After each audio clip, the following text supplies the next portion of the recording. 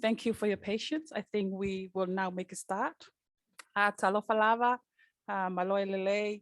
I would like to welcome you all to the Pacific webinar on the Intergovernmental Panel on Climate Change, 6th Assessment Report, an overview of impacts, adaptation, and vulnerability for the Pacific. Reverend Yese Wele, Honorable Minister for Ministry of Natural Resources and Environment and Samoa Tourism Authority, Toeolesulusulu, Cedric, Schuster, distinguished members, Chief Executive Officers of Government Ministries, the Australian National University, which is our partner to deliver this webinar, the representative of government and non-government organizations, representatives of regional organizations and UN agencies, ladies and gentlemen. Again, Maloi Lele, Maloi Tautemak Hefiafini. It is a pleasure to receive you here today, both online and also here at the Pacific Climate Change Center. Without further ado, and as usual in our Pacific way, we will start our program with a word of prayer, and I would like to invite Reverend Yese Wele of the Vayala Congregational Christian Church to please lead the meeting in prayer. Thank you. Let us worship God. Bible reading is taken from the book of Genesis, chapter 1, part of verse 11 and 12. Let us hear the word of God. Then God said, let the earth put forth vegetation, plants yielding seed, and fruit trees of every kind on earth, and bear fruit in it. And it was so. And God saw it was good. The story of creation in the Bible indicates that Almighty God, the Creator, has created Earth and the universe in excellent condition. He created the land to naturally pour out flourishing nature for all creatures. The water naturally pours out to many kinds of living beings, and the air filled with birds. Light and darkness and the clear dome. God himself saw that different aspects of the created order was good. This means that God saw and created a good, safe, and flourishing home for all creatures from the beginning. There is no doubt that how we see creation determines how we respond to it. If we see creation as something that has an integral and essential worth, we will treat it differently than if we merely see it as something that has some value to humanity. If we see creation as something that satisfies our desires and demanding business needs, nature and creation will be something different.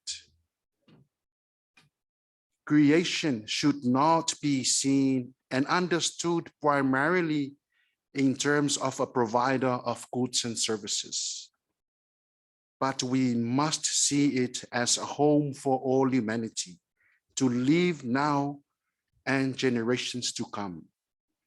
It must be a secure and safe place for us all. It must be well preserved for our children and future generations. God, from the beginning, in the book of Genesis, commanded Adam, a representative of humanity, to be fruitful and to become stewards of the land and his world. Fruitful and stewardness of the land is not the destruction of natural resources, neither elimination of future life, but to mediate God's creation's blessings to earth and stand in a creative relationship with the rest of the creation. Climate change indicates the creation has changed, and as a result, its negative impacts will greatly affect our living beings. Today's discussions is beneficial in many respects, including how we should see and view Earth and creation for us all, including recognizing impacts of climate change, adaptation, and vulnerabilities, as well as considering options for sustainable future. In doing so, we need to see the creation for what it is, essential and integral, and work together to continue to make our world safe and good. Let us pray that the divine spirit of Holy God fulfill and be in fruition in this occasion. Let us all ask God Almighty to bless and establish in our hearts good vision, clear thinking, and fruitful throughout today's important discussion, conversations, and deliberations. We ask the Holy Spirit to be with us, open our hearts so we see and implement ways to live in a stable, secure, peaceful, and preserved environment now and the future. Let us pray. God Almighty, God the Creator, Sustainer, and the Redeemer of the universe, we gather together today to discuss and deliberate on ways to improve our understanding on effects of climate change in our daily lives and in the future. We pray that you bless all partners and participants of today's webinar with knowledge and understanding. Fill our minds with your wisdom, Father, and instill in our hearts your will, so we can see and deliberate on all things good for our environment and formulate ways to be resilient on climate change and live sustainably in your creation.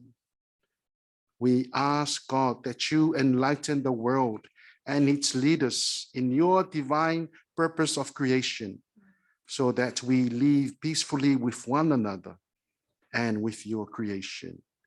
We ask, Father, that these discussions empower and enrich us in our partners and us all to see ways that will preserve and benefit nature and your creation.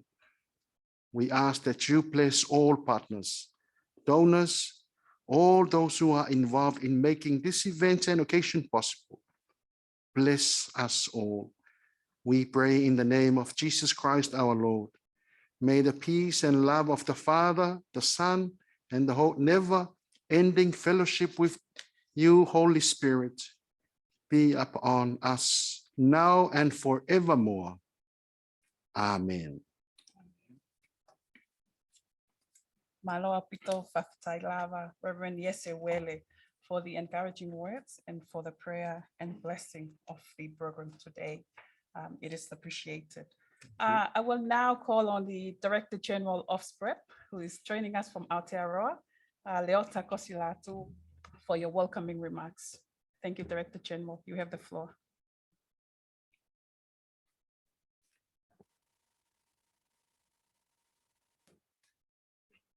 Sorry, Director General.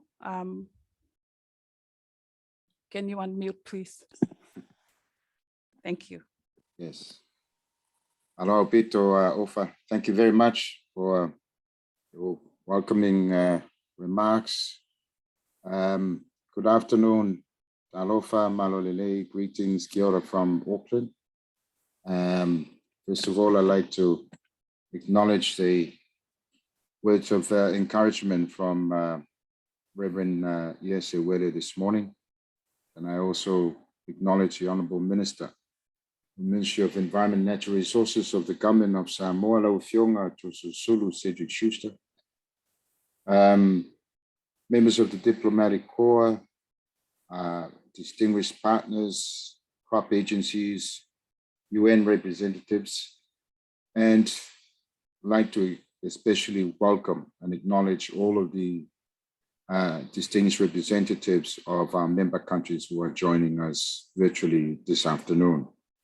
Can I also acknowledge the University of Australian National University through Professor Mark Howden, the Vice Chair of the Intergovernmental Panel on Climate Change and Director of the Institute for Climate, Energy, and Disaster Solutions. Ladies and gentlemen, Talofa and Malolele, and it's a pleasure for me to say a few words on behalf of SPREP, and in doing so, I welcome you all to the Climate Change Center, those who are joining us at the SPREP HQ, and those who are joining us virtually. Welcome to this webinar titled the Intergovernmental Panel on Climate Change 6 Assessment Report, which deals with the assessment of impacts, adaptation, vulnerabilities.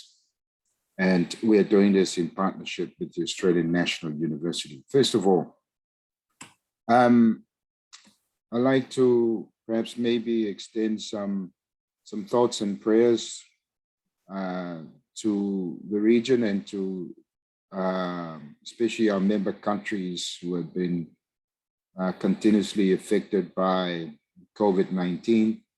We've seen the transmission of this pandemic being widespread right throughout the region. Many of our countries are having to deal with this, and so we want to remember them during this time. But that's not the only challenge that is facing us. We also want to remember Tonga as they continue to travel this difficult road of recovery after the Hunga Tonga Hunga Hapai volcanic eruption and tsunami in January. And so our thoughts with them as they continue to pick up the pieces and continue on this difficult road of recovery.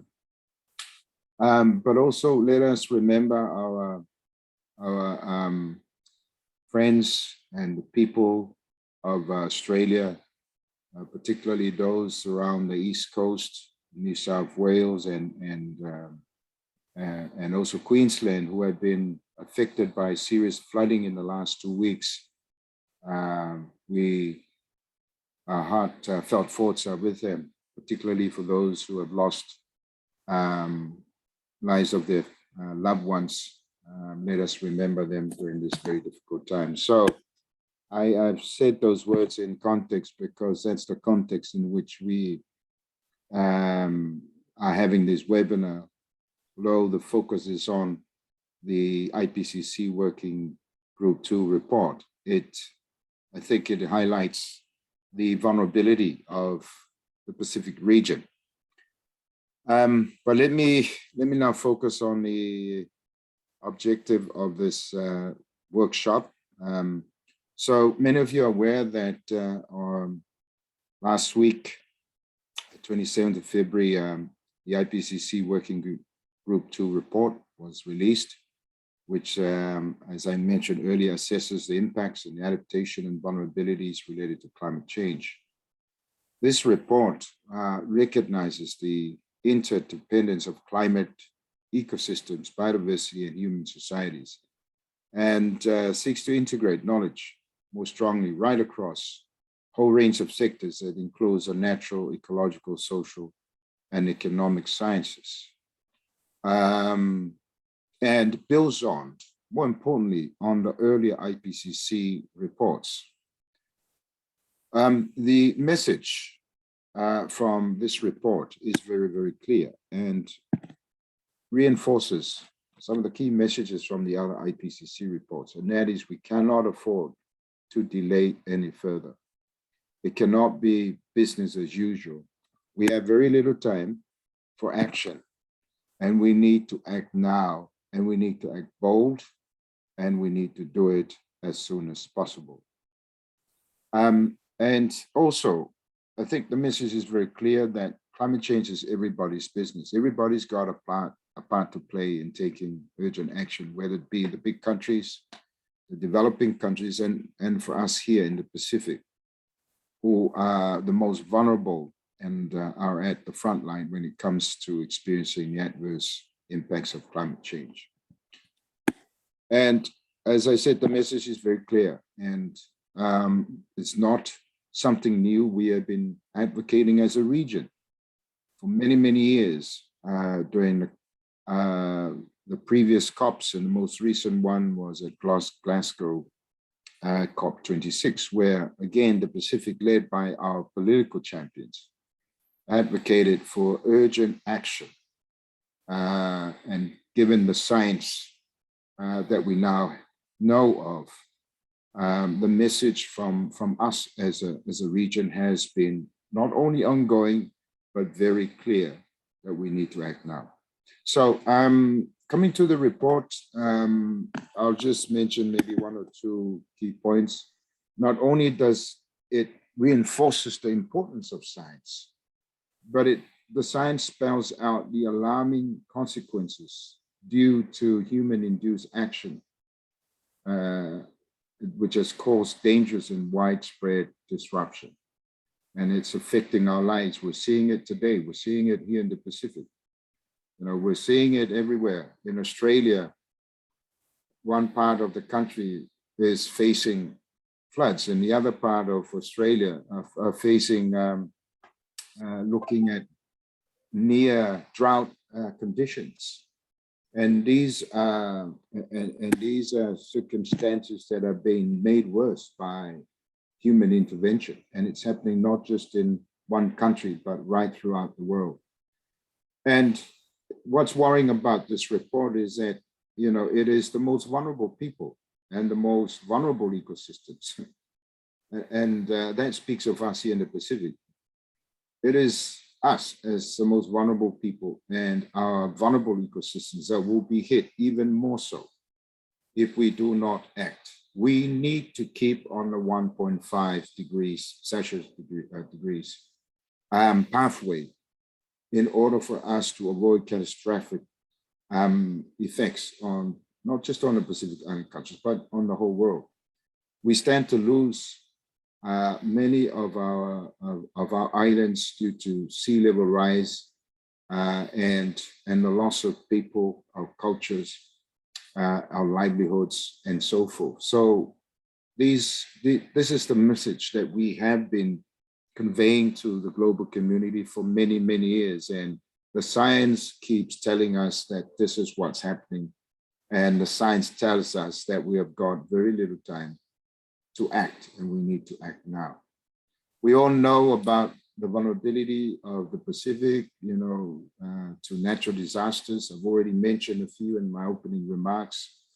But, you know, the science that we have now, including this recent report, suggests that the intensity in particular of concerns, which is something that's of specific concern to the Pacific, the cyclones are predicted to not only increase, but also to increase in intensity and frequency. So that's not very good news for us. We know that we've been experiencing some of the most intense cyclones in the past couple of years. We've seen it in Fiji, we've seen it in Vanuatu, we've seen it in Tonga, Samoa, Vanuatu, name it, we've seen it.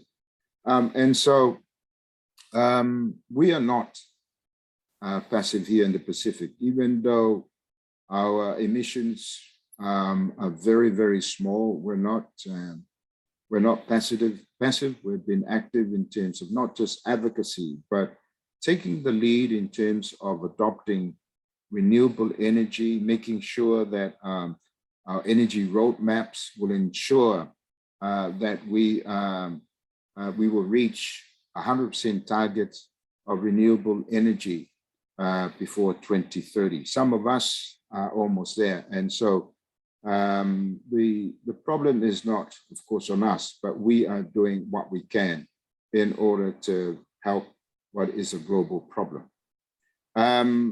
We know that in the Pacific, we have been making calls, you know, to the global community to take such similar actions so that we will maintain the 1.5 degrees pathway. We've been pioneering through innovative adaptation practices that are already being implemented and documented replicated in some of our member countries.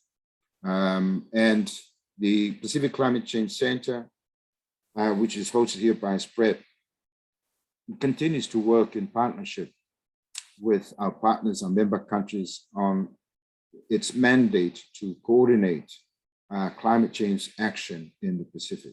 I'd like to acknowledge, as I close, the partnership with all of our member countries. I'd like to acknowledge, in particular for this webinar, Australian National University. And I'd like to thank Professor Mark Howden, who's also joining us today and is the Vice Chair of the Working Group 2 for this report. So thank you very much, Professor, for joining us. I also want to acknowledge the government of Japan and the government of New Zealand, who have been very active development partners, not just for the region, but for SPREP especially, in terms of the work that we're doing through the Pacific Climate Change Center. Without this support, it's not possible for us to progress some of the very important climate actions that we are working on.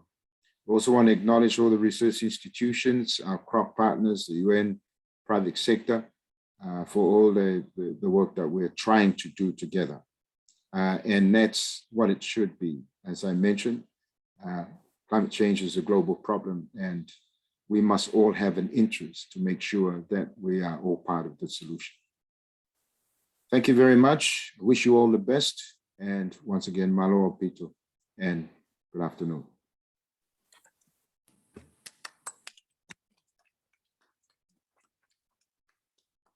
Fafitaitele, Director General, for your remarks, and of course for reinforcing the message of the IPCC report, as well as our Pacific commitment to continuing advocating for climate action, and of course the acknowledgement of the support from our various partners. Thank you very much. I would like to now invite the Honourable Minister of the Ministry of Natural Resources and Environment and the Samoa Tourism Authority, Honourable Toeolesulusulu Cedric Schuster, for your keynote address. Thank you, sir. You have the floor. Thank you, Ufa.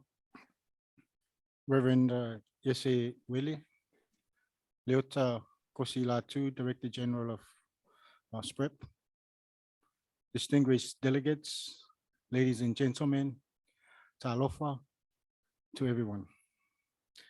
At the outset, I would like to thank the organizers for convening this important Pacific webinar on the Intergovernmental Panel on Climate Change, Working Group 2, 6th Assessment Report, specifically on an overview on impacts, adaptation, and vulnerability for the Pacific.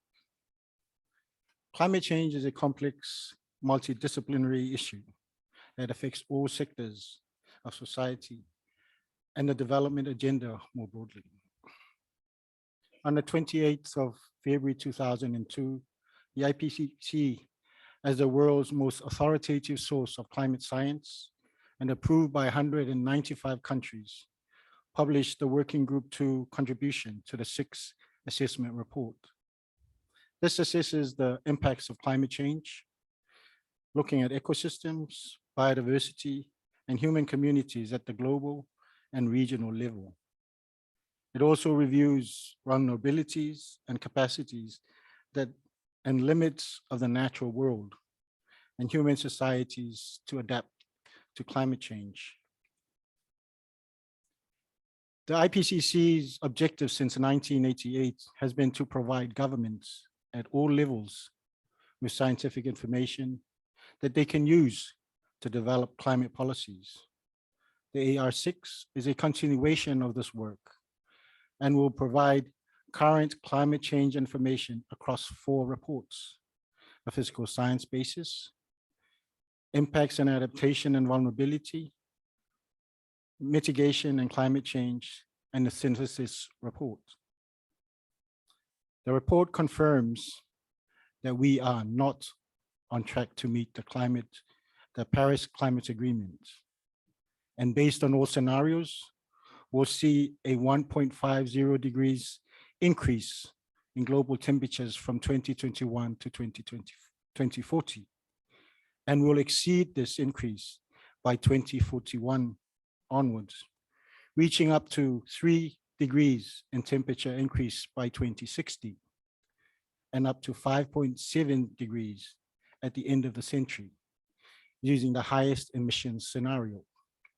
For the Pacific, global heating above 1.5 degrees will be catastrophic, as sea levels will very likely continue to rise with higher emissions. Sea level rise coupled with storm surges and waves will exacerbate coastal inundation and the potential for increased saltwater intrusion into aquifers. Sea level rise will cause shorelines to retreat further along our sandy coasts. We will face more intense but generally fewer tropical cyclones. Marine heat waves and ocean acidification will increase and worsen with larger increases at 2 degrees. Higher evapotranspiration will either amplify or partially offset the effect of decreases or increases in rainfall, resulting in increased aridity in parts of the Pacific, and will lead to the loss of entire countries due to sea level rise within this century. We in the Pacific Islands are viewed as the canary in the coal mine for climate change. Having already suffered from king tides, disastrous storms, saltwater intrusion, droughts, and gradual loss of our low-lying areas to sea level rise for many years. The IPCC AR6 paints a bleak picture, sending an unequivocal message that human activities cause climate change and that the consequences of anthropogenic climate change is already upon us and is projected to continue and increase in severity and frequency. The science is clear and the solution is very simple. Reduce GHG emissions to stop climate change. Though the situation seems clear on the surface, the path to decarbonizing is complex and involves drastic behavioral changes, global cooperation, and political will. Many Pacific Island countries and territories, including Samoa, know this only too well. And while we have some success stories and best practices of adaptation throughout our region, our vulnerability continue to evolve because of factors out of our control, including the ongoing COVID-19 pandemic. While we are setting policies at the global level, climate actions at the regional and national level are also crucial in addressing the impacts of climate change. At the Forum Leaders Summit, Samoa and the Pacific is committed to a strong regional action, harnessing shared stewardship of the Pacific Ocean and acting as one Blue Pacific continent. Samoa continues to reaffirm, together with other Pacific Island countries, that climate change represents the single greatest threat to the livelihoods, security, and well-being of our people. Samoa shares with other SIDS the characteristics of being economically vulnerable and ecologically fragile because of its geographic location, isolation, and limited resources. The pathway for the development of Samoa 2021-22 to 2025-26 theme of empowering communities, building resilience, and inspiring growth reflects the strong recognition on the climate crisis we now face. Samoa's latest State of the Environment Report 2013 states that the impacts of human-induced climate change and climate variability predicted in the 2006 SOE reports are now a reality. Observed trends include increased maximum air temperatures, increased frequency in extreme daily rainfall events, and sea level rise of 5.2 millimeters a year, as well as the increase in frequency and intensity of cyclones. Samoa's climate change policy of 2020 to 2030 and implementation is aligned to all relevant agreements and plans in place at the international and regional level. The vision of the climate change policy is to secure a resilient, safe, and prosperous Samoa, addressing climate change and associated impacts while achieving sustainable development. It provides the foundation of actions for coherent coordination on climate change adaptation and mitigation activities between different institutions and levels of government, and supports Samoa to meet its international obligation. COP26 was a pivotal moment for the world and SIDS. We must swiftly implement important gains from COP26, including the mitigation work program, the global goal on adaptation, and amongst others. We need to work hard to provide concrete outcome on the agreed elements, as well as securing loss and damage financing. The IPCC Working Group 2 report underscore what's at stake.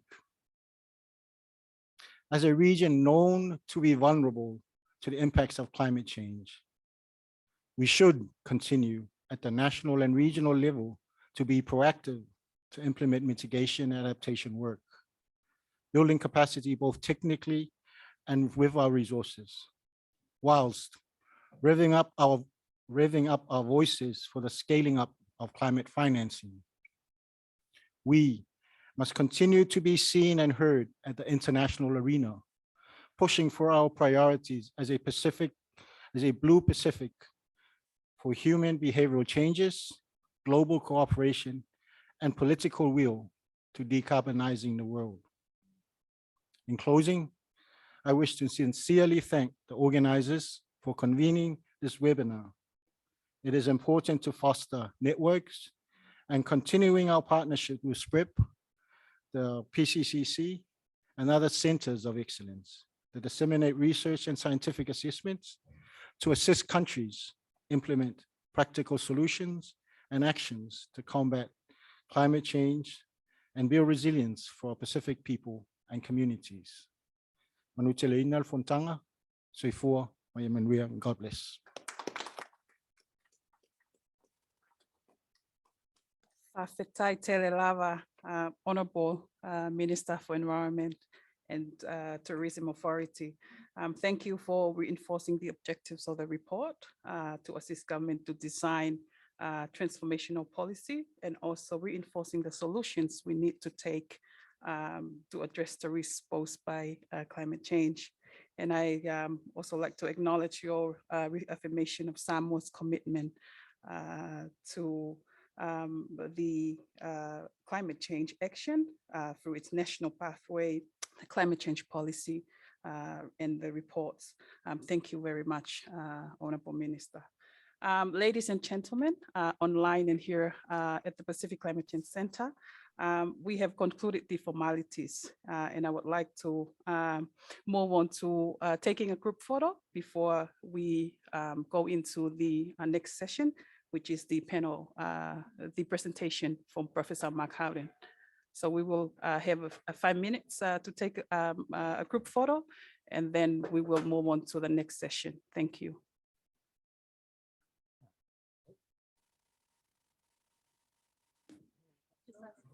Can I invite that you turn on your camera and also invite those who are here at the center to please make your way this side so we can have take a group photo, please. Thank you.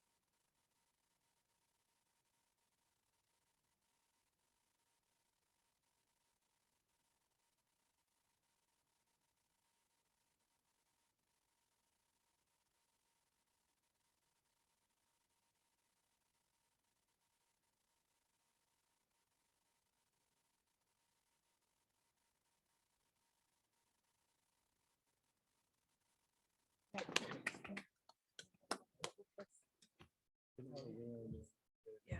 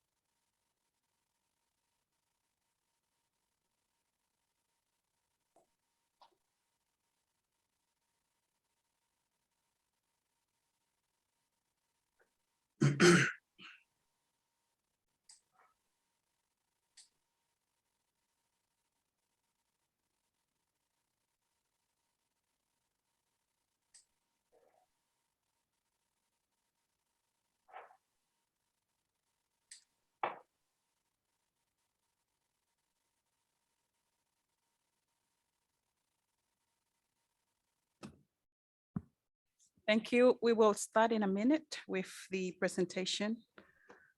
Can I invite the panelists to please give it.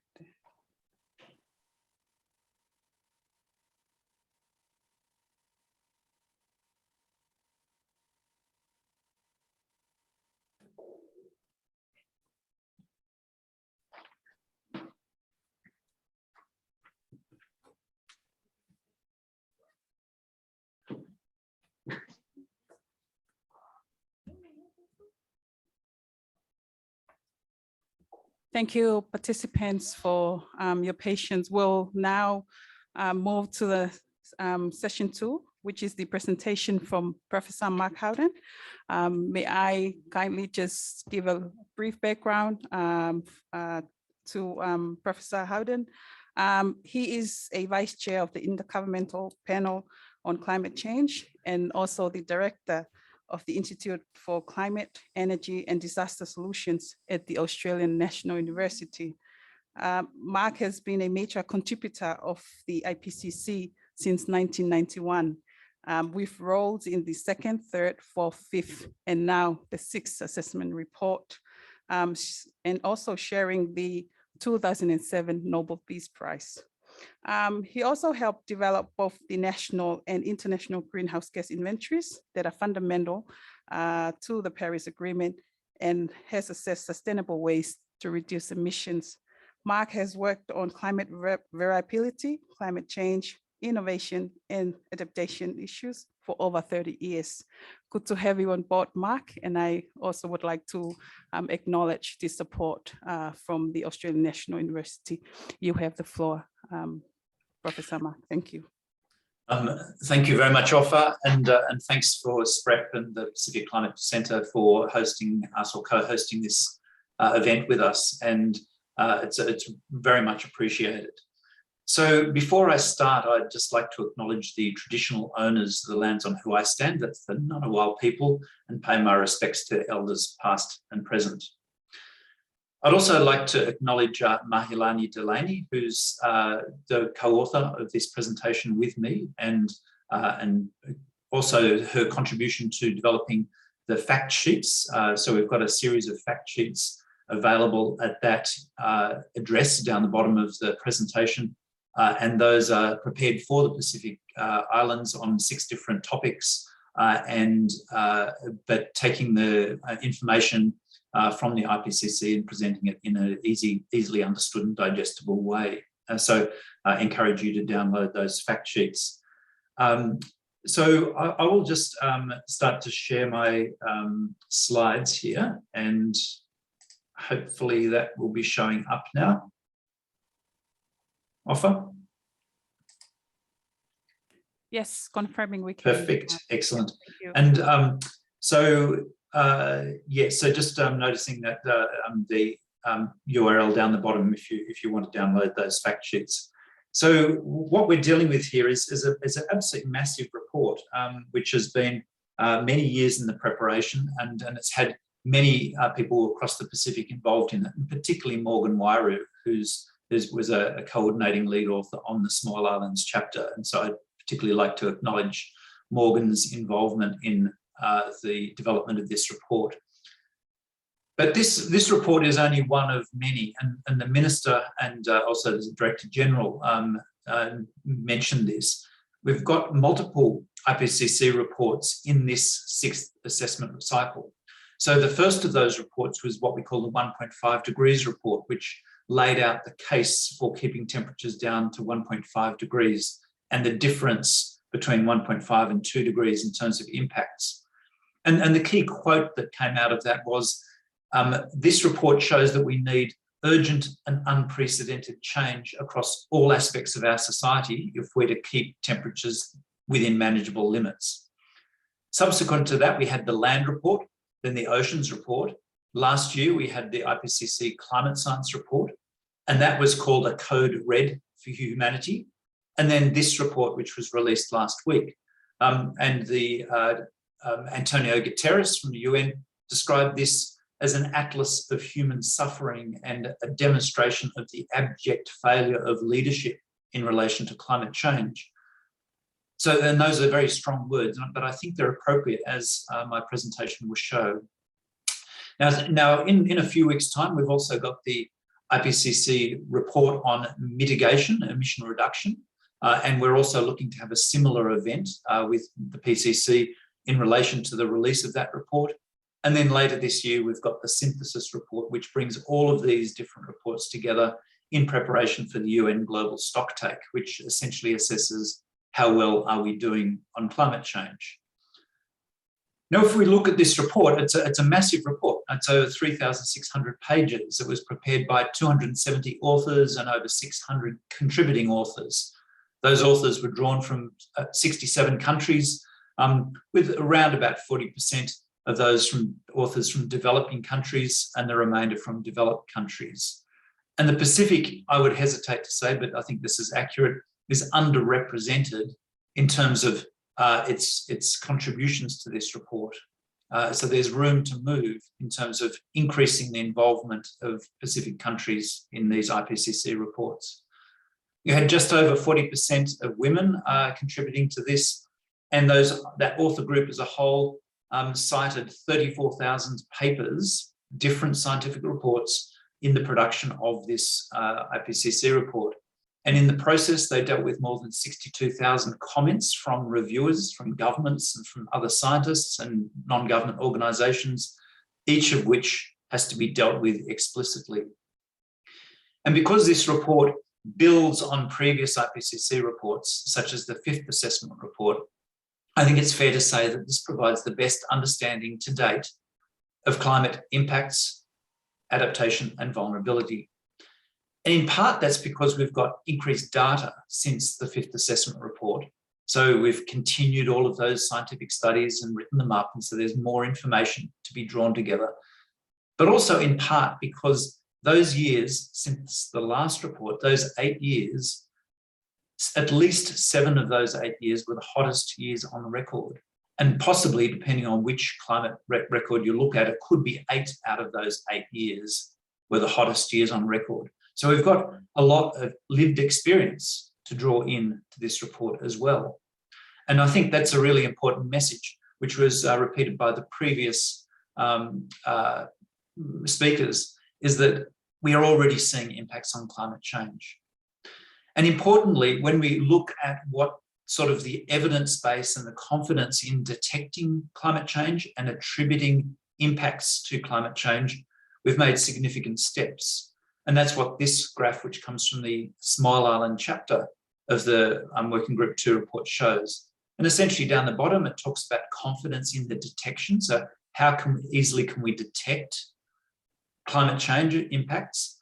And then confidence in the attribution on the vertical axis. So that is, how confident are we that the impacts we are seeing are due to climate change?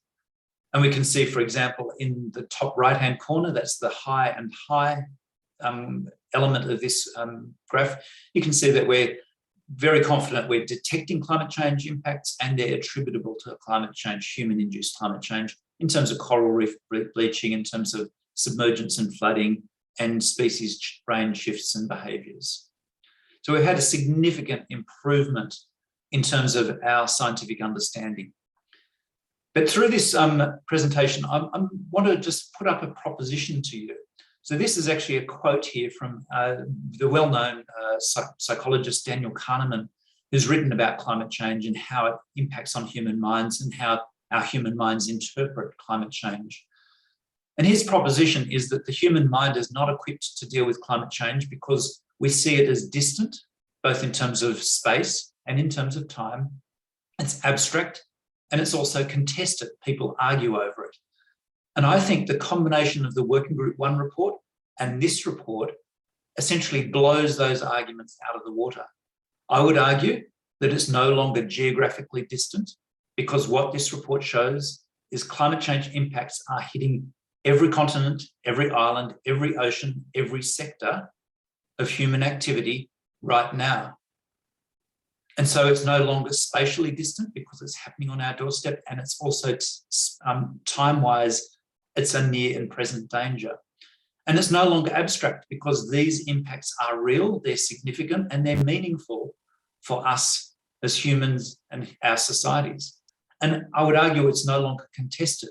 The Working Group 1 report said climate change impacts or climate changes are unequivocal. Those influences of human impact on climate are unequivocal. And this report says exactly the same thing. Climate change impacts across the globe are now no longer in doubt. They are due to human influence. So what I'm going to cover in this presentation is basically two components. One is looking at impacts, which are happening now and also in the future. And the second, which is looking at the solutions, the hope, the action that we can take to deal with climate change.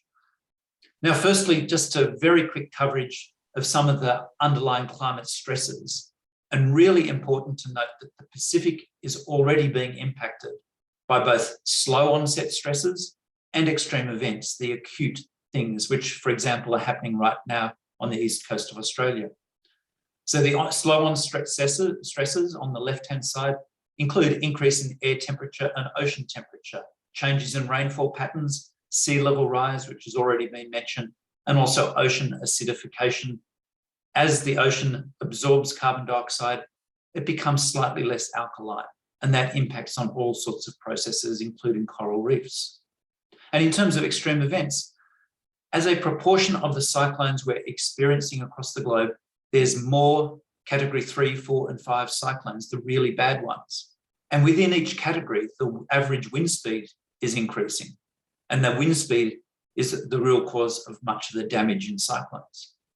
We're seeing associated with those increased cyclone strength and sea level rise, we're seeing increased storm surges. So that's where a cyclone or a storm pushes water up against the islands in the Pacific and causes extra flooding. At the same time, we're seeing more droughts and more extreme rainfall, the sort of thing that happened in Australia. So in parts of Australia, we had almost the whole yearly average rainfall in just 2 or 3 days. Incredibly intense. We're seeing increased climate variability. So in our part of the world, El Nino is a big driver of the variability, the dry years, wet years, etc. And that's increasing. So the wet years tend to be getting wetter and the dry years tend to be getting drier. And of course, more frequent and severe heat waves, and that can impact in all sorts of ways. Impacts on our economy, impacts on our physical health, and impacts on our mental health.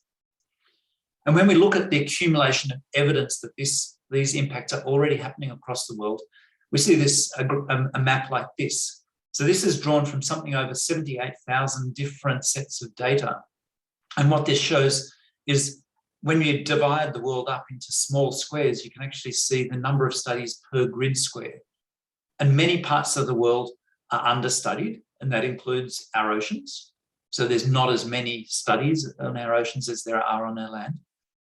But even parts of the land area, such as the Sahara Desert or Siberia, are much less studied than other places. But when you look at this map, it is really clear right overall that we're already seeing major impacts of climate change on every system that we're dealing with. And when we look at this, in a sense, break it down and look at the impacts of climate change on different systems in different places, we've produced this figure, and I don't expect you to interpret all of this figure, but basically down the left-hand side are different geographical zones. So for starters, there's a global assessment, then there's Africa as a continent, Australasia, Australia and New Zealand. And then further down, there's the small islands across the globe. So that's 2/3 of the way down that list. And against each of these regions, we have the climate change impacts on water and food, on health and well-being, on cities, settlements and infrastructure. And for each of these cells in this table, there's an assessment of whether these impacts are negative, neutral or positive. And if you look at this as a whole, what we see is climate change is already impacting on human systems, and the impact is overall net negative right across the globe. Almost every one of those cells has a minus in it. And in those few cells where there's a plus, in other words, positive impacts, it's also accompanied by a minus. In other words, in some places, for some activities, there might be benefits, but there's also problems associated with it as well. So that message of overall climate change being negative on human systems is, I think, a really important one. Now, when we actually start to break that down a bit, I'm just trying to get my system to move. We look at different risks. I'm sorry, I just have lost my presentation. I'll restart that again. Just a minor computer glitch here.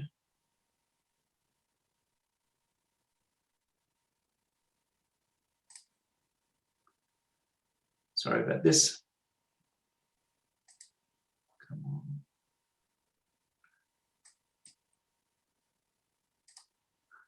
Sorry about this. Just the best laid plans of people can come adrift at different times. So just trying to get that back.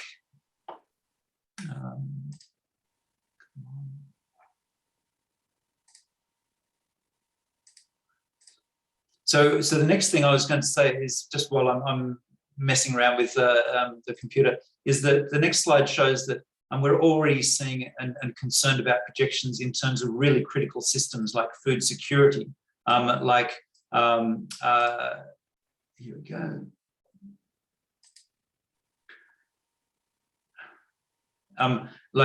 Water resources, like floods and health issues right across the globe. And so the sort of accumulation of evidence for things that really concern us is really strong. And so there's every right to, as one of the previous speakers said, was to be really concerned about climate change.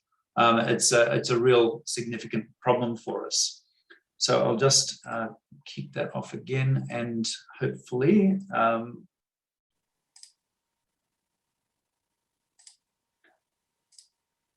that's showing up as a full screen again. Offer?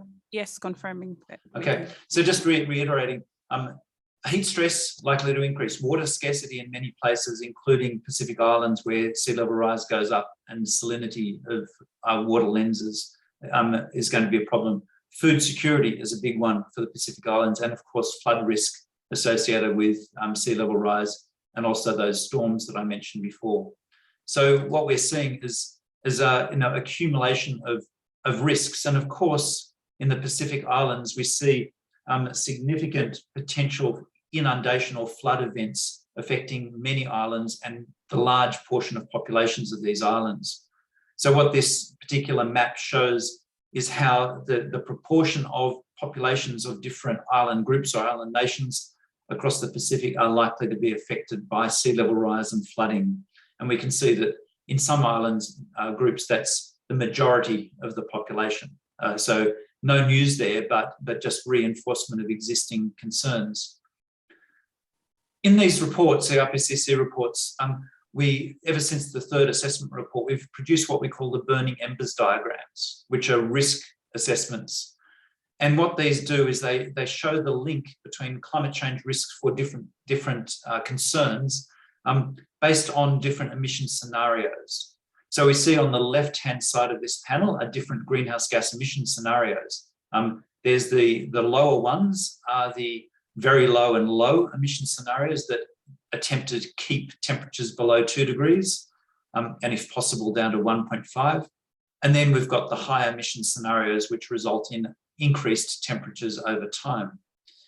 And that when we actually look at those temperatures, we can actually track from those temperatures associated with those scenarios across to these burning embers, the risk diagrams.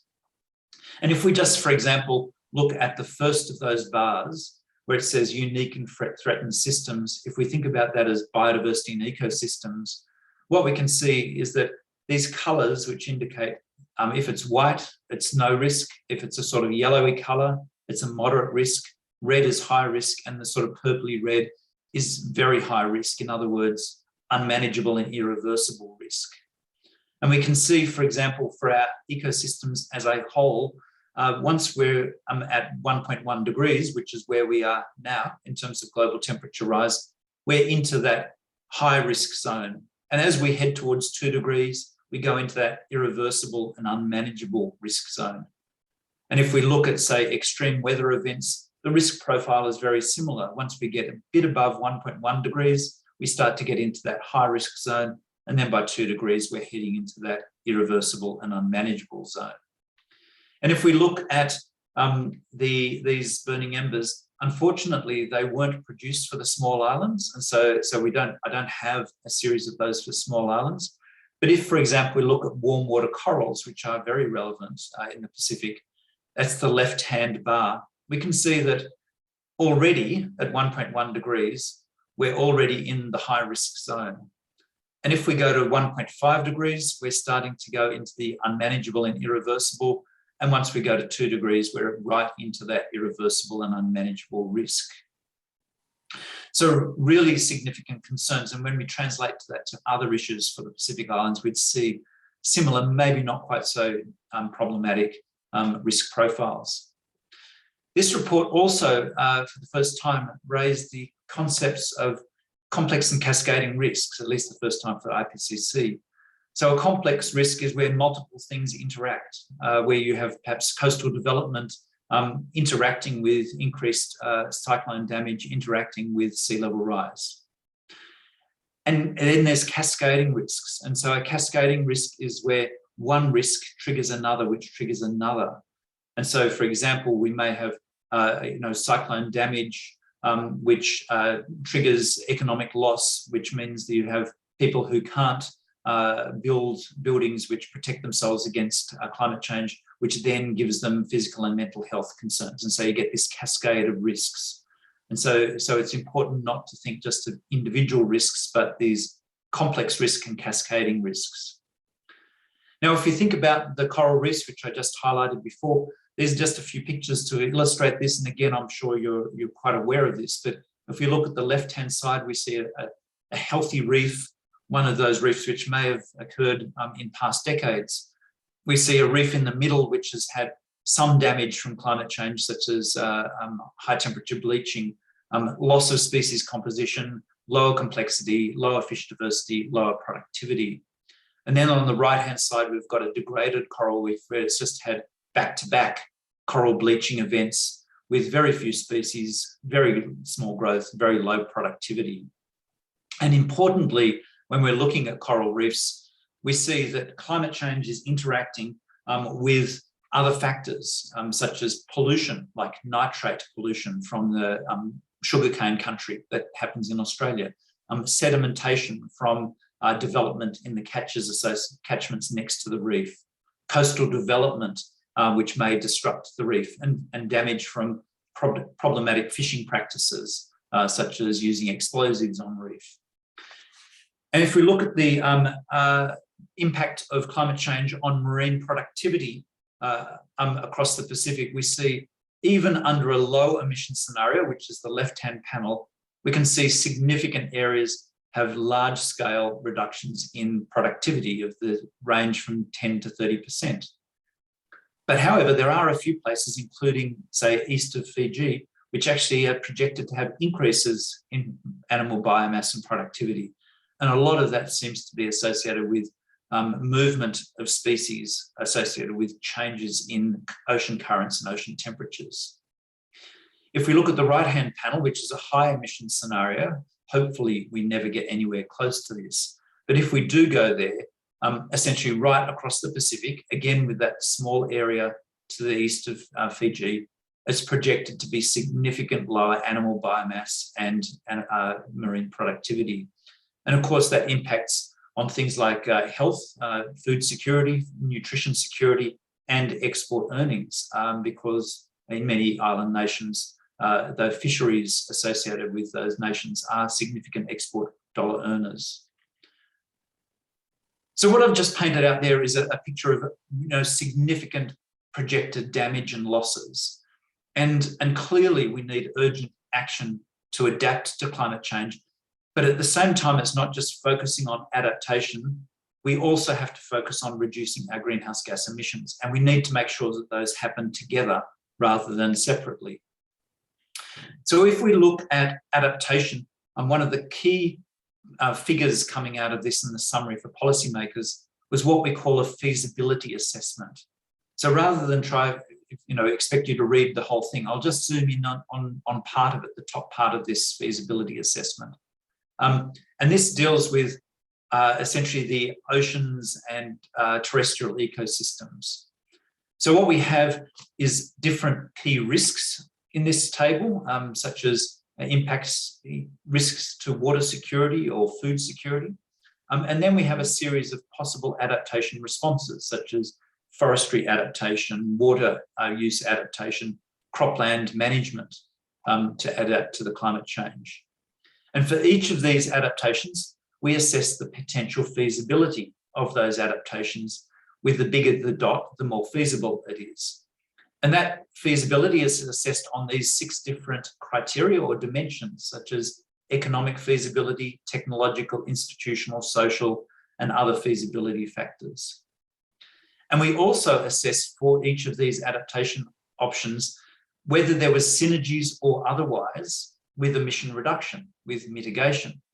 So in the case, for example, of forest-based adaptation, we see that there's a very strong synergy with emission reduction. So the more we can adapt our forests to a changing climate, the more likely they are to absorb carbon and hold on to that carbon, and in the process, lowering the atmospheric carbon dioxide concentrations. So these sorts of tables are ways of assessing and bringing together massive amounts of data in a way that is relatively easy to understand in terms of its prospects for adaptation. Now, one of the key things, of course, is adapting to sea level rise. So what these figures show is essentially different adaptation options available to manage sea level rise. So, for example, if we have sea level rising and possibly increased wave energy because we have stronger winds across our ocean, so we're already seeing increased wave energy due to climate change, that will, if we have our, say, infrastructure and housing very close to the ocean, significantly increase the risks of damage. So one way of managing that is looking at what we call ecosystem-based measures. So, for example, planting trees in front of those houses so it absorbs some of the wave energy so we don't get our houses as damaged as much. Another option in some circumstances is using hard protection, such as seawalls. And in those circumstances where those seawalls work well, and in many cases they don't, but where they work well, that can protect the infrastructure, the houses and roads and buildings behind the seawall. But of course, if you get a high water event or a cyclone which overtops the seawall, so the water comes over the seawall, then often you've got a very substantial amount of high value infrastructure which is not designed to deal with floods and water. And so you can actually result in very significant flood damage in those circumstances. So your seawall has to be big enough to handle any reasonable event. Secondly, is that we can do what we call accommodation. So we can sort of stay in the same place but change our infrastructure. So for example, you can put houses on stilts, so you raise the level of the floor so it doesn't get impacted by the floods to the same extent. Or you can do planned relocation, so you can move some of your houses up the hill, and in parts of the Pacific, there's already agreements for some communities to do this progressively over time, or sometimes all at once. And that then can relocate those houses in a place where they're out of harm's way. Now, all of these sort of adaptations can happen over different timescales, and each of those will be different. So how you do it with one village may be different from another. How you do it with one island group or one island type, such as a low-lying island versus a more mountainous island nation, will be different. So there's a contextual element in all of these changes. But one of the things that we report on in this IPCC assessment is that there are limits to adaptation and there are prospects for maladaptation. So one of the key messages coming out of the summary is that there is a narrowing window for climate action. The more temperatures rise and climate change occurs, the less effective our adaptation options become, and the smaller the range of sensible adaptation options become. So in a sense, our menu of adaptations diminishes the more climate change we have, which is a very unfortunate thing. And so, for example, where you have increases over 1.5 degrees, people living on small islands or in places where there's glacial or snowmelt, which provides their fresh water, they may no longer be able to adapt. So there's hard limits to adaptation for some people. And of course, in the Pacific Islands, you're very aware of this. By 2 degrees, farming in many existing farming areas may become increasingly challenged. And so increased food security issues in many parts of the world. And even if we adapt well, what this assessment says is that we can't prevent all losses and damages. So there's a residual risk, even if we do the best practice adaptation in many cases. And when we look at the financial flows for climate action and climate response, so these are finances that have been promised at the Paris meeting and also at Glasgow, etc. The assessment is that those financial flows which are already on the table are insufficient. And importantly, of the money that's already being distributed, only about 4 to 8% of that, a really small proportion, actually ends up being used for climate adaptation. The vast majority of it is used for emission reduction. And yet adaptation is a near-term issue and a near-term need for many countries across the Pacific.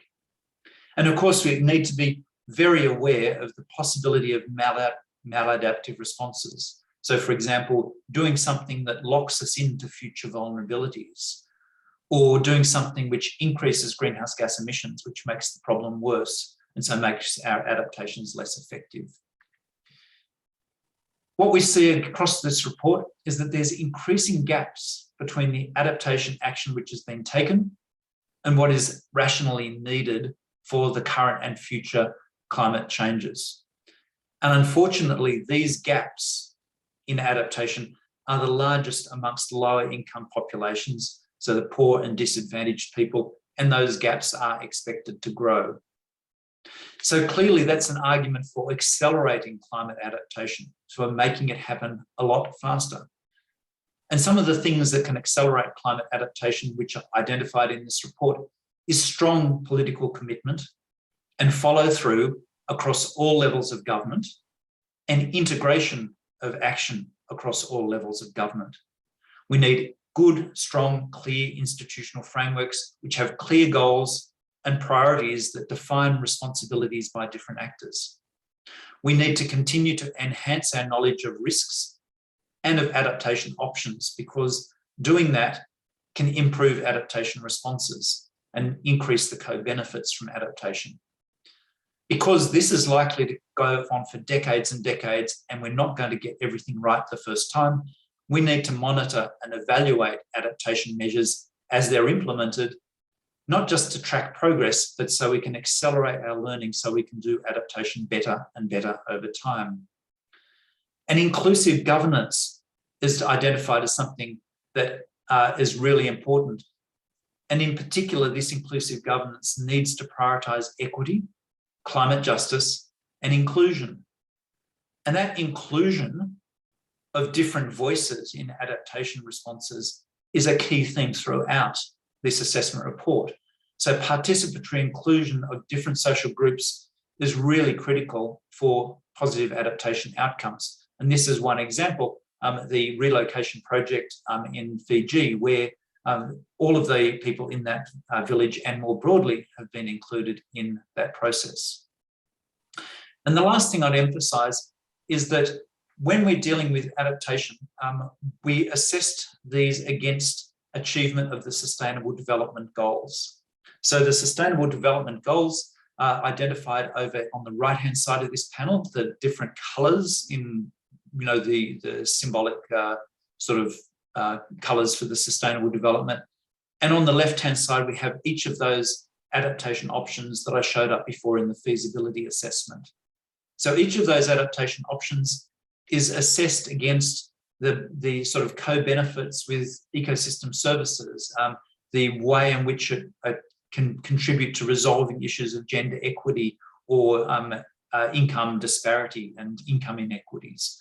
And so each of these cells across this is given either a plus or a minus. And we can see that, for example, most of the cells give very strong positive feedbacks to ecosystem services. Some of the cells give positive co-benefits in terms of improving gender equity. But if we look at the right-hand side with the Sustainable Development Goals, there's an assessed synergy between these adaptation actions, if they're done well, and sustainable development in almost every cell on that table. So the message here is that adaptation is really core to meeting sustainable development, just like sustainable development is core to meeting adaptation. And the last point that I'd make is that in this report, we talk about climate resilient development. So that's where we have adaptation plus emission reduction plus sustainable development. And when we look across the globe, that combination is already being challenged by our current global warming levels of 1.1 degrees.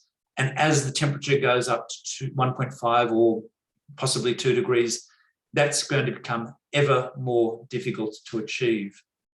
And just to wrap up, the really quick summary, which Rebecca Colvin and I developed after the 1.5 degrees report, is on this slide. It says, every half a degree matters.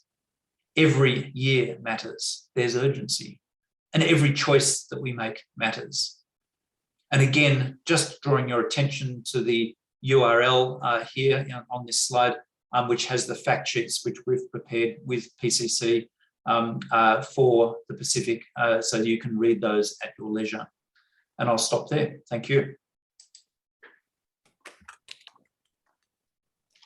Fafatai Lava, thank you, Professor Mark Howden, for that very informative presentation, covering a wide range of topics that includes the overall structure of the IPCC assessment cycle, but also taking a deep dive into the report overview of impacts, adaptation, and vulnerability in the different sectors.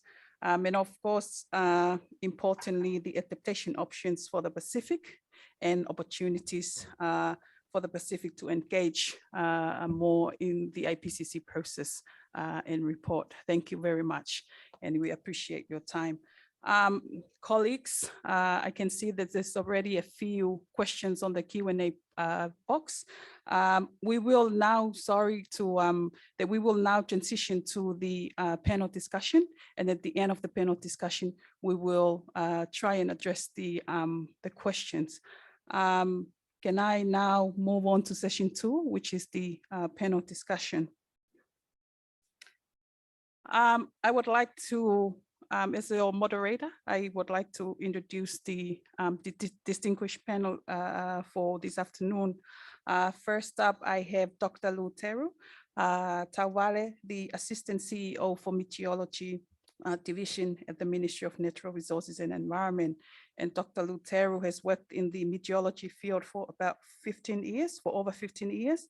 And he is also an author of the IPCC Working Group 1. So that's really great to see the involvement of Dr. Lotu in the Working Group 1 IPCC report.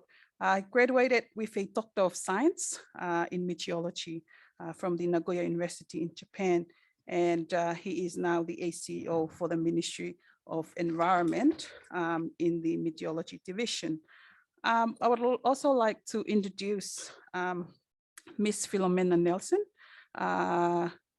She is the Climate Change Adaptation Advisor here at SPREP, and she has more than 20 years of work experience in various roles, leading and coordinating the development of mechanisms to strengthen disaster adaptation and climate resilience in the Pacific. And much of the work that Ms. Nelson has involved in includes governance and policy reviews, enhancing operational arrangements for the effective and efficient coordination of disaster risk management in the Pacific. Thank you. The next panel, the next panelist is Ms. Yvette Kerslake. She is the Technical Advisor, Science to Services at the Pacific Climate Change Center. And she has more than 10 years of work experience in environment and climate change. And also she was Assistant Resident Representative and Program Manager, Environment and Energy, Climate Change Division at UNDP before she joined the Pacific Climate Change Center. And last panelist, he is joining us all the way from Papua New Guinea, Talofalava Chona Auka, and Chona is the manager for projects under the Adaptation and Projects Division under the Climate Change and Development Authority of Papua New Guinea. He is also the BSIDS coordinator on adaptation, and he will continue in this role leading up to COP27. Talofa lava, and good to have you, John. The panel objectives for today is to try and address the knowledge gap in the Pacific region around the work of the IPCC, and of course, engaging key decision makers, including policymakers, experts, and the public. And the other objective of the panel discussion is to provide the most up-to-date synthesis of relevant climate change information to diverse Pacific Island audiences, and particularly to agencies responsible for climate program implementation and to policymakers. Thank you, distinguished panelists, for agreeing to be part of today's panel. First question is to Dr. Lotu Tawale. Dr. Lotu, as a lead climate change science institution and being focal point for IPCC and of course an author of Working Group 1, what are some of the challenges you face as a Pacific scientist, and what is your recommendation for other countries in order for us to be more involved in the IPCC process and report? Thank you. Thank you, Chair, and Talofa. Good afternoon to everyone who's joining this very important webinar. As question said, well, my involvement was particularly in terms of tropical cyclones research, and the main challenge that I experienced was the lack of quality data to conduct research, and very limited amount of peer review publications.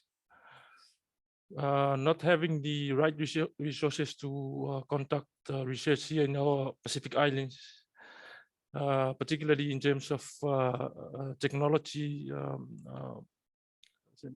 not to mention the availability of things such as supercomputers and all those kind of technology. Also note that the accuracy of tropical cyclone related data, which is available in Pacific now, 40 years back, is quite, the accuracy is quite low in comparison to other regions in the world, the Asian region, the Atlantic, and the American and European. This is partly due to the availability of observations in the past in terms of satellite observation and the airborne aeroplanes observation. This has a major impact on trying to identify the actual trend of tropical cyclones related parameters in the past. So I saw there is a significant gap in terms of scientific understanding of the evolution, not only of tropical cyclones, but the other natural hazards such as rainfall, temperatures, and all those kind of meteorological and climate change parameters. So in terms of recommendation, as I mentioned, the limited amount of research in the Pacific Island countries and territories urgently need to increase the scientific capacity in terms of reporting and conducting research, and as well as transferring this data and knowledge to decision makers and of course policy makers.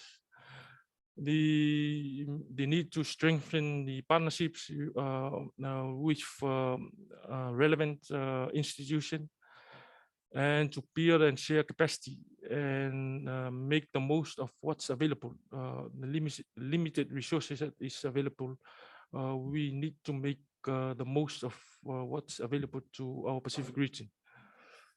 There's also a need to upgrade to the new technology, the state-of-the-art technology, and to be innovative in the way how we observe and predict the future changes in this changing climate. Thank you. Thank you very much, Dr. Lotu. And I think we all agree with you on the challenges, but as well as the solutions. Moving on, I would like to cross over to Papua New Guinea to Mr. Chona Auka. Chona, the IPCC reports inform policymakers and what scientists know about climate change. What would this entail for the Pacific region for the upcoming COP27, in particular negotiations on the global goal on adaptation, climate finance, as well as reporting technology and capacity support? The report highlighted the urgency of stepping up adaptation action, and what does this mean for Papua New Guinea? Thank you. All right, good afternoon from PNG.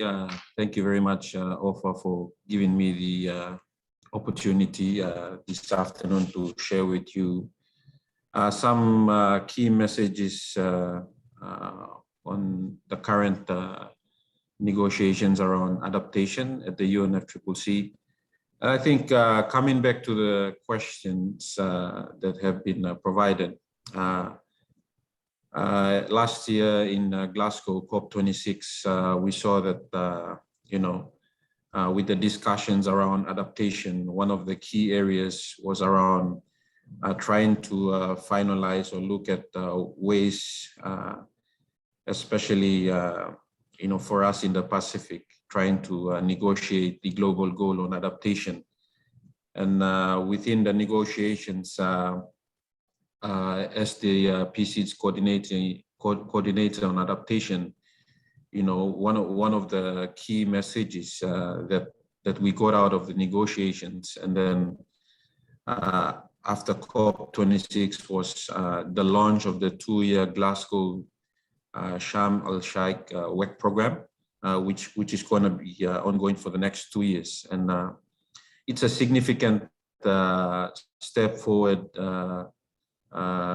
in establishing the GGA outlined in the Paris Agreement, and the discussions in Glasgow and the subsequent decisions reinforce that adaptation actions are inherently national and should be local as well. And for developing countries like PCs, Pacific Small Island developing states, it is crucial that the global goal on adaptation reflects the realities on the ground and will be nationally determined and locally, should be locally appropriate. In addition to that as well, we need to see that the global goal on adaptation should not become a top-down reporting exercise that further burdens countries with limited resources, but instead it should become a tool that helps countries to identify their strengths and weaknesses so that they can better respond to the impacts on climate change. And, there is much work still to be done to bring the global goal on adaptation concept to life, but, striking a balance between global goal adaptation, serving its global purpose whilst providing sufficient flexibility for countries to describe their own adaptation objectives and progress will certainly in time determine the effectiveness of the GGA. So those were some of the key messages or key points that I wanted to reiterate this afternoon. And also coming back to your question on how can this GGA affect the sort of the other aspects of the negotiations in terms of finance, technology. I guess once we have a very set global goal on adaptation, which really outlines the priorities and the vulnerabilities that most of our small island developing states are been affected by, then the financing and the discussions around technology will follow suit once we have that finalized. So it's like I said, for us within the UNFCCC space, within the negotiations, the 2-year work program is welcome for us, but there still needs some more work to be done, and we look forward to having some form of institutional arrangements, a clear scope, objectives, and modalities on how we can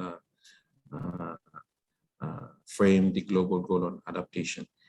Coming back to the PNG context, for us, with the IPCC report that has been the 6th IPCC report on the working group 2 on impacts, adaptation and vulnerabilities. I think for Papua New Guinea right now, we're currently at the stage of developing our national adaptation plan. And it's timely for us. The report has come out in a very timely manner where we now going to look at how we can incorporate that into our national adaptation plan in alignment with our national determined contributions, and see how we can address climate change, especially within our key development sectors like transport, infrastructure, agriculture, and health. So those are the 4 key development sectors that we would like to see climate change adaptation being mainstreamed, because that is where we see that most of the development that is taking place within the country. So the National Adaptation Plan would like to see that this IPCC report is also being incorporated into the national circumstances or the section of the document. So we see that we can put some evidence-based enabling frameworks in the document, so that it gives teeth for us to really implement climate change adaptation action at the national level. Thank you very much. Thank you very much, Jonah, for those remarks. And we agree with you on there needs to be a scope on how we can frame the global goal on adaptation to be more relevant and locally appropriated, and also acknowledging the work that has been done by Papua New Guinea in this initiative in this area. And also your remarks on mainstreaming of the IPCC information and latest information into the national climate change policies and plans. Thank you for those remarks, Jonah. I would like to now move on to Ms. Philomena Nelson. Philomena, this report assesses the impacts of climate change from a worldwide to a regional view on ecosystems and biodiversity, and of humans and their diverse societies, cultures, and settlements. It considers their vulnerability and thereby reduce climate-associated risks, together with options for creating a sustainable future for all through an equitable and integrated approach to mitigation and adaptation efforts at all scales. As the Climate Adaptation Advisor for SPREP, could you elaborate on the work of SPREP in the context of adaptation? Thank you. Thank you, Moderator.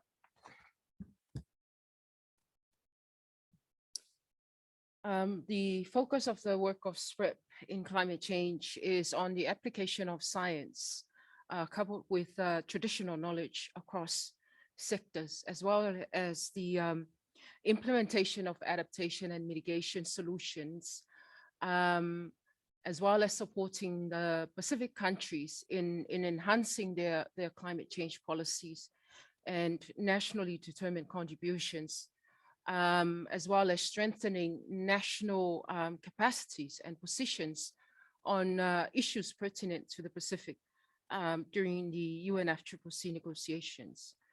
Access to climate finance remains a big challenge in the region. Funding is not being accessed fast enough due to bureaucratic and complex review processes, and the lack of financial resources to assist direct access entities at the national level as well as at the regional level to enable them to provide that support that is needed by our countries to access climate finance.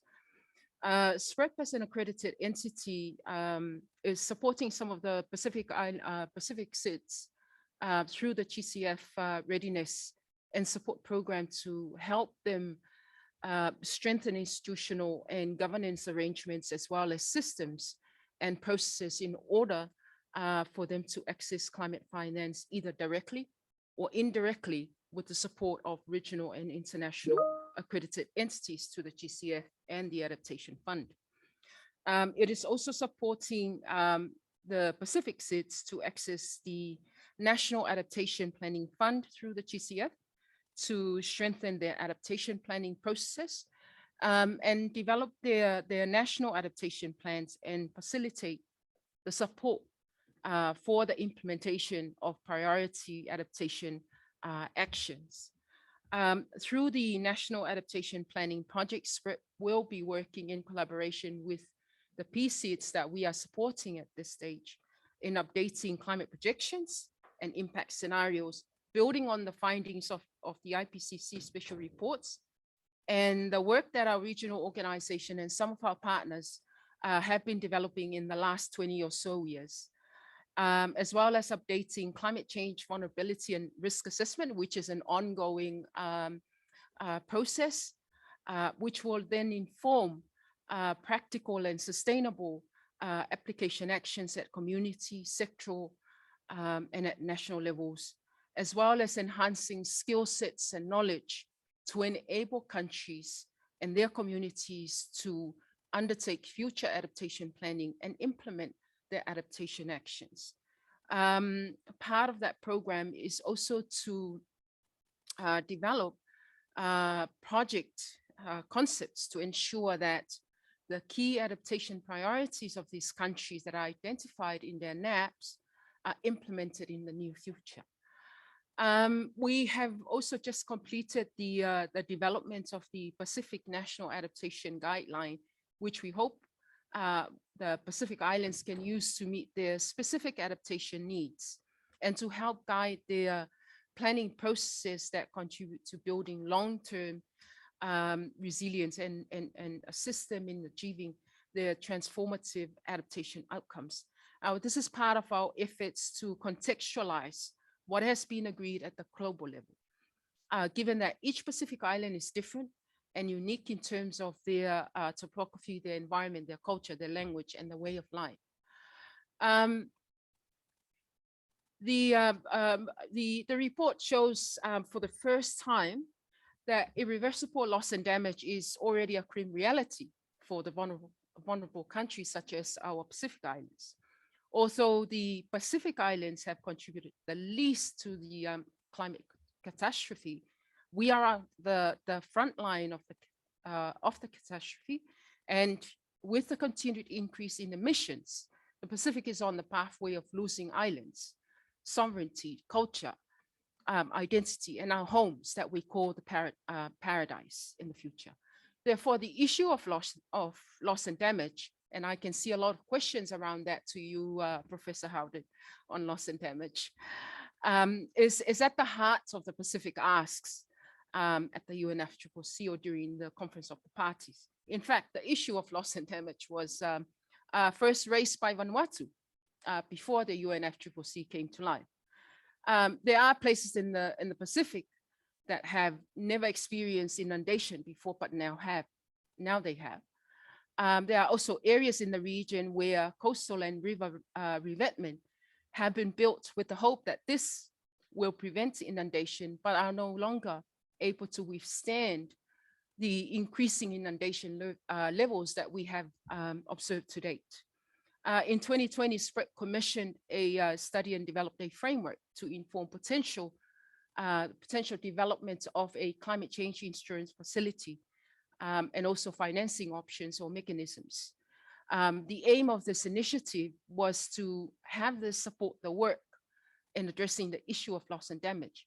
Building on this initiative, we are planning to hold consultative workshops before the UNFCCC subsidiary body session in June for the Pacific SIDS to really unpack and undertake in-depth analysis of loss and damage, what it means to the Pacific. How do we address the issue of compensation?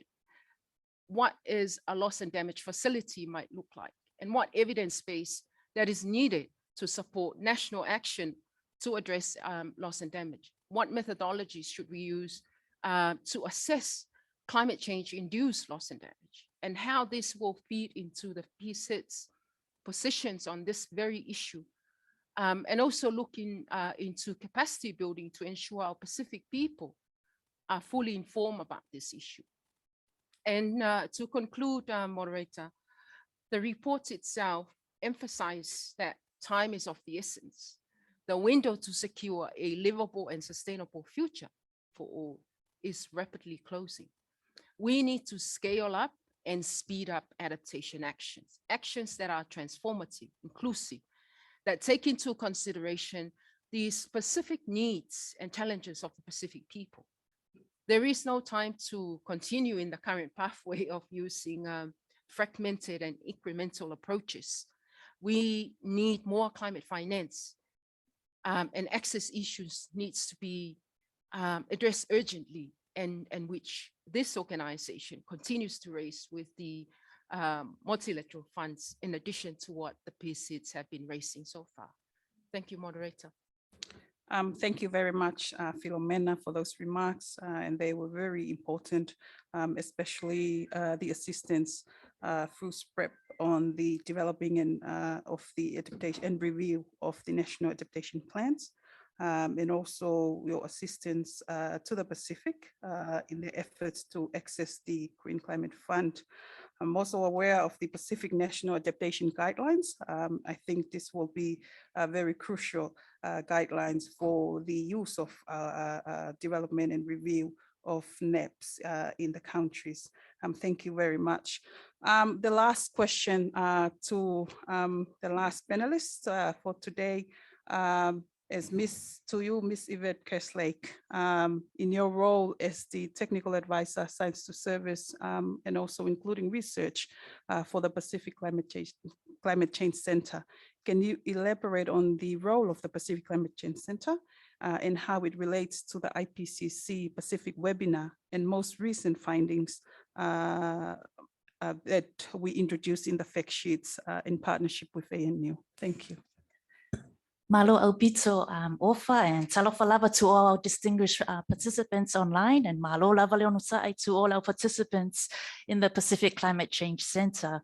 As you all may be aware, the vision of the Pacific Climate Change Center hosted at SPREP is to be a global, respected center of excellence, highly valued by our Pacific Island countries and territories. And also, as mentioned by the Honorable Minister of Natural Resources and Environment, our main aim is to provide practical solutions and actions to address our Pacific adaptation and mitigation priorities. Now, in saying this, the Pacific climate change is underpinned by strong partnerships with Pacific Island governments, international and regional organizations, as well as applied research institutions, donors, and the private sector. Now, these collaborations have led to innovative products, which we believe and we hope are contributing to the resilience in our Pacific Island countries and territories. Our main aim is to ensure to provide scientific, robust information on climate and meteorological science, and also on climate change impacts and responses. And we hope that this information directly supports more effective decision-making in our Pacific communities, or in simple terms, translating global to regional Pacific contexts and to apply it as suitable to the national context, or localizing this. As evidenced today, the Pacific Climate Change Center with SPREP in partnership with ANU have taken you in a deep dive on the IPCC 6th assessment report and overview of impacts, adaptation, vulnerability for the Pacific. And we have also worked closely with ANU in developing fact sheets focused on the following 6 themes. Now, these fact sheets will provide you with short, quick pops of information and general messaging that you can be used by our Pacific Island countries as suitable at the national level. So we looked at thematic areas. As you can see in your chat box, we have provided the link to these fact sheets, and we'll also send an email after the webinar so you can access these. So we looked at different sectors, looking at food, health and well-being, infrastructure, how do we manage disasters? We even look at marine ecosystems, water and sanitation. And we also provide an overall infographic on today's webinar, but also on the IPCC working group report. Last year, on August 25th, we also partnered with ANU in providing you a webinar on the overview of physical science of climate change for the Pacific. And through this, we developed a fact sheet on infographic event, and this was used as a briefing document for our Pacific negotiations delegation at COP26. As our moderator has alluded to, the main objectives of these forums is we're looking at closing the knowledge gap of the Pacific region around the work of IPCC, and also to provide the most up-to-date synthesis of relevant climate change information. Last year, the Pacific Climate Change Center also partnered with Climate Analytics, and we also acknowledge our colleague Patty and our team from Climate Analytics and Ella. We had a closed forum for discussions with of the IPCC Working Group 2, which has now been launched, and also the upcoming Working Group 3, Mitigation for Climate Change Final Government Distribution. So we looked at the review of summary policy makers with a focus on key issues for our Pacific and SIDS. So main areas that we looked at is supporting participants in developing national comments and providing national feedback on the IPCC for the final government distribution. We also discussed what are the key challenges within this report and the modalities of the IPCC plenary to strengthen the Pacific. We're also planning our next webinar for the Working Group 3 once this report is also launched. As you may be aware, our Pacific Climate Change Center has 4 main functions: knowledge brokerage, research, innovation, and capacity building. And I'm pleased to inform you, under our capacity building project, we have our colleagues Masako and Yuji that is joining us now. that manage the Pacific Climate Change Center project for capacity building on climate resilience in the Pacific, we have extended opportunities for practitioners in Pacific Island countries and territories to enhance their capacity in sectorial areas. So courses are related. We looked at courses related to food sector, the water, tourism. We're also looking at in future at health, looked at disaster risk reduction, but we also developed courses on ecosystem-based adaptation and mitigation. And we also have generic courses on accessing finances, and we're also developing further courses as this is a priority within our Pacific Island countries. And from this, we see that there is a need to enhance our regional system to monitor and evaluate these long-term effects of climate change and the success of adaptation and disaster risk management interventions to manage these risks. So the Pacific Climate Change Center is working closely with our SPREP climate change resilience and also acknowledge our Pacific MEC desk colleagues. We're looking at improving the flow of practical information between our Met services, our climate practitioners, our policymakers, our researchers, scientists, and also those who are implementing policies, programs, and projects at the regional level, but most importantly, at the national level. The Pacific Climate Change Center is committed to using the IPCC findings as the scientific basis, as Professor Mark has also presented on the feasibility studies that have come out of these reports, to provide services and products that can be used by our Pacific Island countries. And this is guided by the Roadmap for Strengthened Climate Services, the Pacific Island Meteorological Strategy, and also the Pacific Climate Change Science and Services Research Strategy. It is our belief and our understanding that the Pacific Climate Change Science to Services function will provide a gateway for the Pacific out of this climate crisis and more towards a sustainable future for our Pacific Island countries and territories. Thank you, Ofa. Thank you very much, Yvette. I think that was well captured on the role of the Pacific Climate Change Center, and especially on science to services, but also research. And thank you for also introducing the other three key functions of the center. Colleagues, thank you very much. And I also like to thank the distinguished panelists today. We will now move on to the Q&A session. I can see there's already questions on the Q&A box. I would like to go straight into that, and because of the interest of time, we may be able to address at least 5 questions or 6 at the most.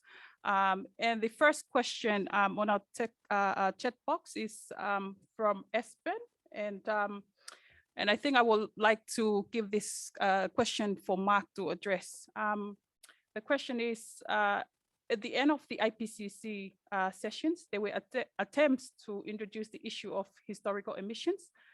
Do you consider this a serious consideration for the purpose of Working Group 2, or was this a politically driven issue? Over to you, Mark. Thank you. Yeah, look, thanks, Ofa, and thanks, Espen, for the question. I'll be really quick in my answer, is that I don't think that was particularly a focus of Working Group 2, but I think it will be addressed within the Working Group 3 report, the emission reduction report. And so that is a key question about how to frame equitable emission reductions. Thank you, Mark. Sorry, Mark, you will probably have to address the next 2 questions. Okay. How important is attribution science for specific extreme events like floods in Australia in removing the political inertia? Look, I think in the case of the floods, people are already joining the dots between what they're seeing and climate change. And so, and even though we haven't had a formal attribution study of that, I think we're seeing that. And so, for example, the Prime Minister yesterday came out and made a comment and said, yes, the climate is changing in Australia, which really was the first time he's been very explicit about that. So in a sense, that political message has already been received. But I think the attribution studies are also important for other reasons, and they're important because, for example, in relation to loss and damage, so understanding attribution of climate change to events then can actually be carried through into arguments about loss and damage. So how much of this loss and damage is essentially due to climate change? And I think it also is important in terms of giving us an enhanced understanding of the systemic elements of climate change. So rather than just focusing, say, on a climate variable, by doing attribution studies, we can take it into a much more full system understanding of what's going on. Thank you, Mark. This question is actually got your name on it. Can you tell us why Fiji came out as having a positive stimulated impact to marine animal biomass? Look, I actually don't know the answer to that one, and I have looked because I had the same question, but I haven't actually delved into it. I think it seems to be a couple of things. One is where we've got southerly migration of key species, such as tuna, and so they move from north to south in the southern hemisphere, and they're essentially accumulating there. And there's also elements there where as the oceans get colder, the impacts of things like ocean acidification change, and so we may maybe elements of that as well. But it's not entirely clear why we had that big splodge of green on those maps. Thank you, Mark, and I would also like to add on that we also have the fact sheets that are available online. You can probably, get some of the answers from the fact sheet that has been shared widely. I would like to go now to PNG, to Chona. Limits to adaptation. If we cannot adapt because we are unable to access resources, should that be seen as loss and damage?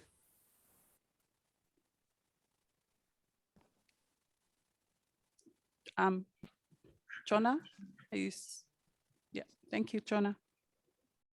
Yeah, thank you very much for giving me the opportunity again to, actually,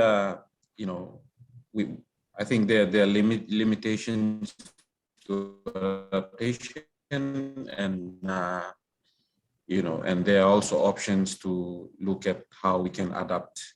So I think in the context of PNG, we're looking at one of the options, which is looking at developing a climate mobility policy on track.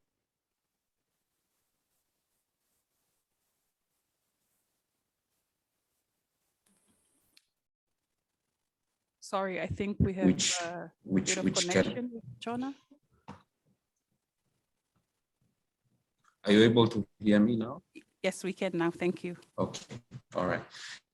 Yeah, so I was just saying, with the context of, PNG, with some communities not being able to adapt to the changes that have been, that are occurring within the communities, one of the options is to look at, migrating from one place to another. So currently, in the country, we're looking at developing enabling frameworks like development of climate mobility policy for the government to look at and to implement, and to ensure that there's a smooth transition of communities from one place to another. So I guess it depends on the different circumstances that are that have been faced by the communities, and it's also good to look at other adaptation options that are available within their specific setting. Thank you. Thank you very much, Chona. We have two more questions to address, and I would like to pass the next question to Mark, to Lotu, and then perhaps Mark can also add on to this. Are ENSO events projected to increase in frequency and intensity? Thanks, Offa, and thanks, Ian, for the question. Obviously, projections of things like El Nino and La Nina are still very much active in the research domain. But what the research says at the moment is we're likely to see increases in intensity of both phases of the El Nino ENSO system. So that's increased El Nino intensity and La Nina, but not necessarily frequency. So increases intensity, but not frequency. Would you like to add on to that, Dr. Lotu? Well, depending on the location of each country, for example, the El Nino event can contribute and can cause more cyclones for the Samoan region and less cyclones for the Australian region, and likewise for the La Nina event. In terms of more rainfall intensity for Samoa in La Nina events and things like that. So depending on the location of each country. Thank you very much, Mark and Lotu. The next question is for you, Yvette. It was great to hear more about possible adaptation options, particularly ecosystem-based adaptation. Where do you think the biggest gaps are in EPA research in the Pacific? Thank you, Offa. I'd like to make reference to the Pacific Climate Change Science and Services Research Roadmap, which identifies the priority research of Pacific Island countries. And it also looks at climate change adaptation, mitigation, low carbon futures, which also includes ecosystem-based adaptation. This is quite a generic area, and also coming out of the outcomes of COP26, we also looked at thematic areas in general, like oceans. There is a need for more research in the Pacific, for more data and baseline within these areas that would help our Pacific Island countries to provide positions and also to provide published articles or also published research in these areas in order to provide positions within our negotiations. But it's also important that we note that I think the biggest gap is baseline data. And as mentioned by Professor Mark today, we need a lot of feasibility studies.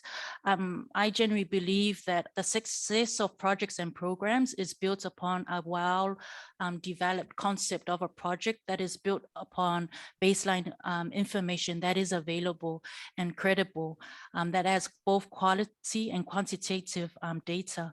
And this is one of the gaps that we are also looking at, working closely with our partners within SPREP, our PACMEC desk, CCR, and also our other crop agencies.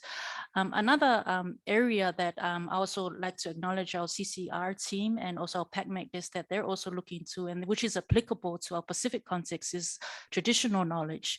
And our team here at CCR and PACMEC desk currently developing baseline information on traditional knowledge. And I believe that given our Pacific context, traditional knowledge could also help us address this climate crisis in the future. Thank you. Okay, thank you very much, colleagues. I'm really mindful of the time. We are now 4 p.m., which is we've gone overboard with the timing we put into the agenda. So I would like to inform you that the rest of the questions will be answered out of session, and we will send the responses and answers to all our colleagues. And also a kind reminder, participants, that we also have an evaluation survey in summary, and that will also be shared via email to you. The presentation by Mark will also be available and be shared with you in the next few days. Colleagues, I would like to bring this webinar to a close. It has been a pleasure to host you at the Pacific Climate Change Center here in Apia, but also online. And I would like to acknowledge our key partners to deliver this webinar, which is the Australian National University. Thank you, Mark, Mahelani and Claire for the efforts in partnership with the Pacific Climate Change Center and SPREP to deliver this to our Pacific. Our participants from our member countries, the institutions, universities, I have USB students here, as well as government representatives. So thank you very much for availing your time to attend the IPCC report. I would also like to acknowledge the Minister for MNRE. He has left, but he was part of the discussion today. Thank you for his presence. So on behalf of the Director General of SPREP, Kosi Lotu, as well as the Director for Climate Change Resilience Program of SPREP, Tangaloa Kupa, and all of us here at the Pacific Climate Change Center, Faftai Telelava, Malo Aupito, and we will keep in touch. Kosi, what would you like to say? Ofa, you've said words? everything that needs to be said. Just again, just a big thank you to everybody, and in particular to our presenters and the panel. Thank you very much to our colleagues from MNRE and the Minister. Thank you for being with us. We had a really good turn up. I had a look at the number of participants. It was almost 200, about 170 plus. So very good attendance. So thank you all, everybody, and enjoy the rest of the afternoon. Thank you. Thank you. I will now close the session. Malo Aupito. Thanks very much. Bye-bye.